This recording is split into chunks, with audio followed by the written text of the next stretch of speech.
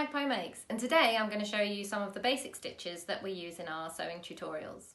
The things you're going to need for a sewing project are an embroidery needle, some embroidery thread and a pair of scissors.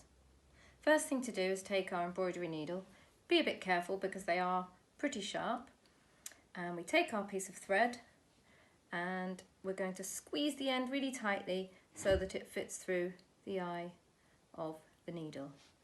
Sometimes it's a little bit tricky, and if you really find it difficult, you can actually buy needle threaders, which will help you.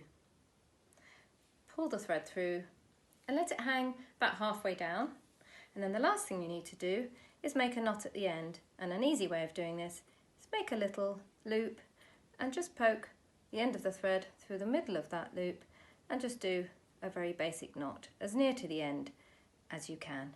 And there you have it. You're ready to start sewing. The next stitch I'm going to show you is called a back stitch, and we often use this in our projects when we want to make a continuous line. For example, when we're perhaps doing a mouth or a sleeping eye on a face. So we're coming up from the back of the fabric again, bringing the needle through, making sure the knot is on the back, and make one small stitch. Once we've made the one small stitch, we're going to bring our needle back up from the back of the fabric, just a little bit in front of our stitch, bring it through, and instead of going forward this time, we're going to bring our needle back into the hole of our previous stitch, coming down,